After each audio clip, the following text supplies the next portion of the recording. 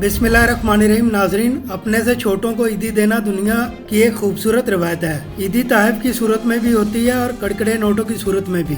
ईद करीब आ रही है और इस बार भी लोगों को नए नोटों की जरूरत भी पड़ेगी। अवाम नए नोटों के असूल के लिए कोशिशें तेज कर दी हैं। बैंकों में नए नोटों की डिमांड बढ़ गई है। ब्लैक में नए नोट बेचने वाले भी सरगर्म हो गए हैं। स्टेट बैंक ने अवाम को इंतबाह जारी कर दिया। कहा, अगर नए नोट लेने हैं तो सिर्फ बैंकों से ले, इजाफी कीमत पर नए नोट बेचने वालों से बचें। बैंकों से नोटों का तरीकाकार भी सामने आ गया। अवाम को 8877 पर मैसेज करके अपना शनाख्ती कार्ड नंबर भेजें। वहां से आपको एक कोड मिलेगा, वो कोड लेकर बैंक चले जाएं, जहां बैंक का अमला ट्रांजैक्शन कोड की तस्दीक के बाद अमूमन 10, 20 और 50 के नए नोट फराहम करेगा। नए नोट लेने के लिए असल शनाख्ती कार्ड भी जरूरी है। नोट लेने के लिए नोट पहले आइए पहले पाइए की बुनियाद पर फराहम किए जाएंगे। रमजान के आखिरी दिनों में बैंकों के ATMs पर भी निस्बतन साफ सुथरे 500 और 1000 रुपए के नोट डाले जाते हैं, जो ईदी के लिए इस्तेमाल किए जा सकते हैं।